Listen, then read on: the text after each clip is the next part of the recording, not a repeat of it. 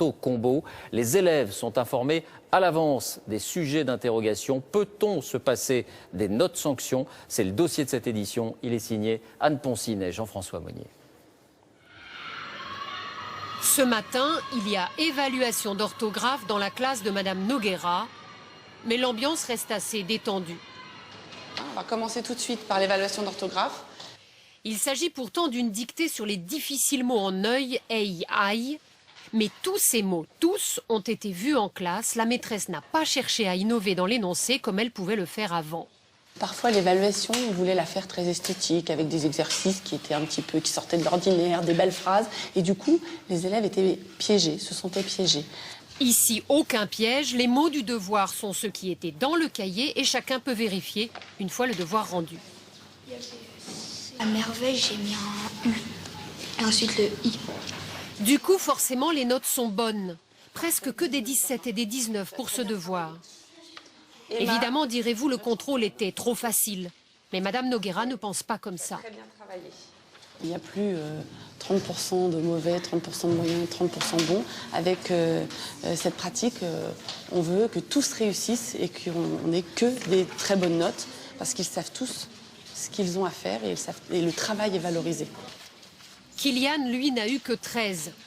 Mais la dernière fois, sur le même devoir, il avait eu 4. Pourquoi tu avais eu 4 sur 20 la dernière fois? Parce que je n'avais pas travaillé. CQFD, le travail paye. Ce devoir, Kylian va le repasser encore et encore jusqu'à ce qu'il ait plus de 15. À Ponto-Combo, toute une école utilise ce système d'évaluation et depuis cette année, la moitié des profs du collège. Vous pouvez vous asseoir. Vous sortez vos affaires, s'il vous plaît. Cette professeure de français, par exemple, prépare ses élèves de 4e à un futur contrôle. Et pendant 30 minutes, elle va leur expliquer précisément sur quoi ils seront évalués. Les Misérables de Victor Hugo.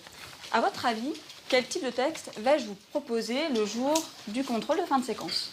Oui, Agathe? Mais est-ce que ça n'est pas un peu mâcher le travail? J'ai envie que mes élèves réussissent. Mais oui, mais si c'est au prix de baisser le niveau d'exigence... Je vous assure que je ne le baisse pas, au contraire, je peux prétendre l'augmenter dans le sens où ils apprennent. Et c'est une gymnastique, plus ils apprennent, plus ils connaissent et plus nous pouvons avancer dans l'analyse des textes. En perspective du contrôle de jeudi prochain, Fabien rentre donc chez lui avec une fiche de révision très précise. Au début, sa mère doutait un peu du système, ça lui semblait trop facile. Le fait d'avoir cette fiche, je me suis dit, j'espère qu'il ne va pas trop se reposer sur cette fiche. Et au contraire, non, c'est une bonne base. Je sais que ça sera plus facile et que je serai aidé par cette fiche.